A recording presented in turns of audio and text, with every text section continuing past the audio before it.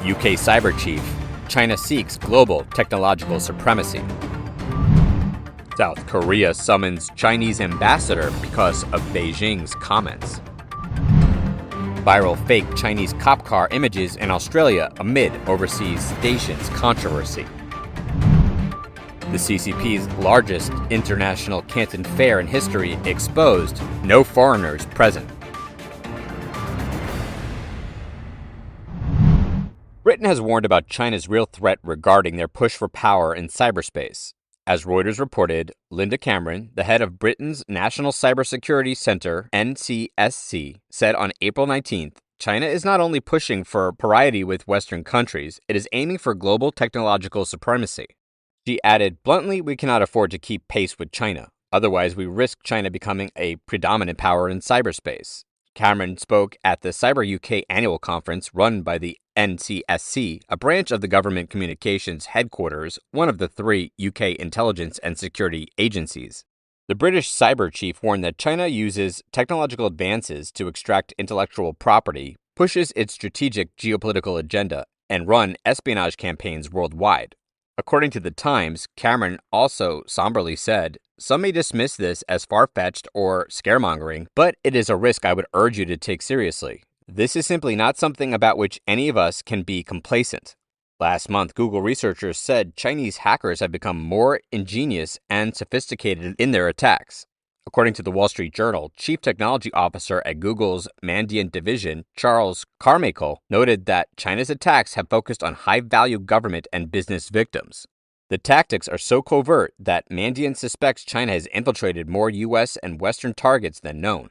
Their methods, as Carmichael said, has been much more challenging for Mandiant to probe and extremely difficult for victims to detect these breaches by themselves. He said, even with our hunting techniques, it's hard for them to find it. Seoul immediately took action after the Chinese Foreign Ministry commented on President Yoon Suk-yeol's remark about Taiwan. As a result, the Chinese Communist Party, CCP's ambassador to South Korea, Xing Haiming, was summoned. According to YNA, on April 20th, Xing Haiming was summoned to listen to South Korea's Vice Foreign Minister, Chang Ho-jin, strongly oppose Beijing's comments. Chang pointed out that the Chinese Foreign Ministry disrespectfully commented on the South Korean president's remarks on Taiwan. Chang said that the CCP should try to avoid doing things that would affect the development of China-South Korean relations on this issue.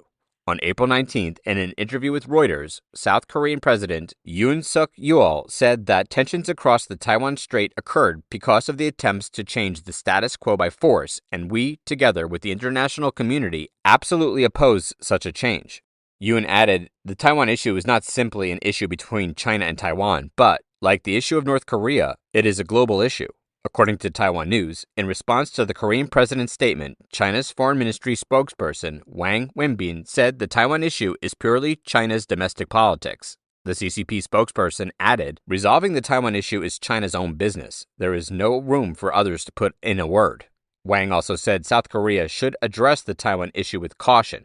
The South Korean Foreign Ministry later criticized the Chinese Foreign Ministry's statement, saying it was a diplomatic faux pas that makes people doubt China's national character. Images of a car with Chinese police markings cruising in broad daylight in Melbourne created a buzz online amid hysteria over secret Chinese police outposts globally. The image began to circulate online around April 16th. At the time, political activist Drew Pavlou tweeted an image he said was captured by one of his supporters. He said, we need legislation making it illegal to impersonate foreign police, otherwise it is too easy for the CCP, Chinese Communist Party, to intimidate and terrorize dissidents in Australia. The vehicle appeared to be a dark gray Nissan Altima car that wears the Chinese word for police on its hood and special police on the side. In addition, one of its doors has a Chinese police emblem.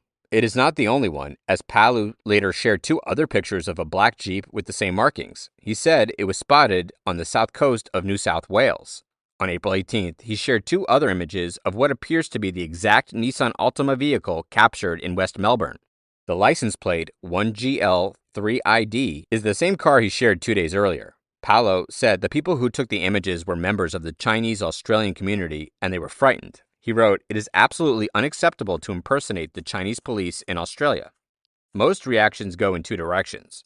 One says the vehicles were set up as a prank, especially when news about Chinese police outposts overseas is a public sensation nowadays. Another urged it to be deliberately used to stoke fear among Chinese Australians.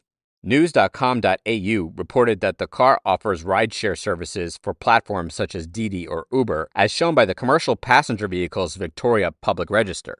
Victoria Police on April 20th said that they were aware of the troubling Chinese police cars. However, a spokesman said, "At this time, no specific offenses have been detected, and we have not received any reports in relation to the matter."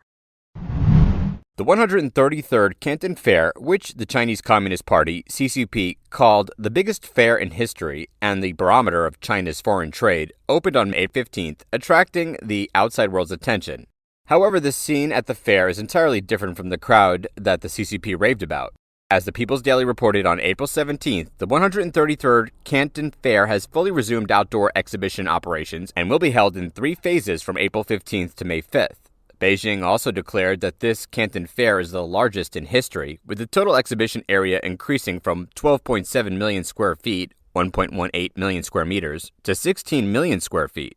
In addition, the number of booths rose from 60,000 to nearly 70,000, and the number of offline exhibitors increased from 25,000 to about 35,000. It also said the global business community has responded positively, and buyers from 226 countries and regions have registered online and offline to participate in the fair. 47 business organizations from Asia, Europe, America, Africa, and Oceania participated. Top 35 multinational companies include Walmart of the US, Auchan of France, and Metro of Germany have confirmed their participation. However, at the scene of the Canton Fair, the actual situation was completely different from the CCP's propaganda. A video posted by Twitter account @LonelyWarriorMa said, April 16th, Guangzhou Canton Fair. There were very few foreigners in the entire fair. We finally succeeded in driving foreigners out of China. China has won. The people are boiling. According to some official propaganda footage, the Canton Fair venue was crowded and filled with foreigners. But traders at the scene said, "We're here. There's nobody." What are the organizers doing? Come here and see. Everyone is counting mosquitoes.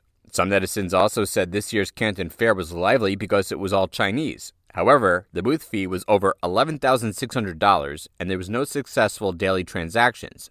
Believe it or not, the CCP will announce that this year's Canton Fair sales have hit a record high again. Another netizen posted a video saying, "The official 2023 Canton's Fair real situation. The number of foreigners is much less and the booth fee is much more expensive than in previous years.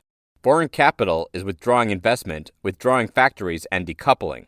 According to China's Ministry of Commerce, the Canton Fair is a comprehensive international trade exposition co-sponsored by the Ministry of Commerce and the Guangdong CCP Authority. The CCP hails it as the windward pinwheel and barometer of China's foreign trade. However, due to the COVID outbreak in 2020, many overseas buyers could not participate. As a result, it was not until this year's Canton Fair that outdoor exhibition activities were restored, but the results are far below expectations.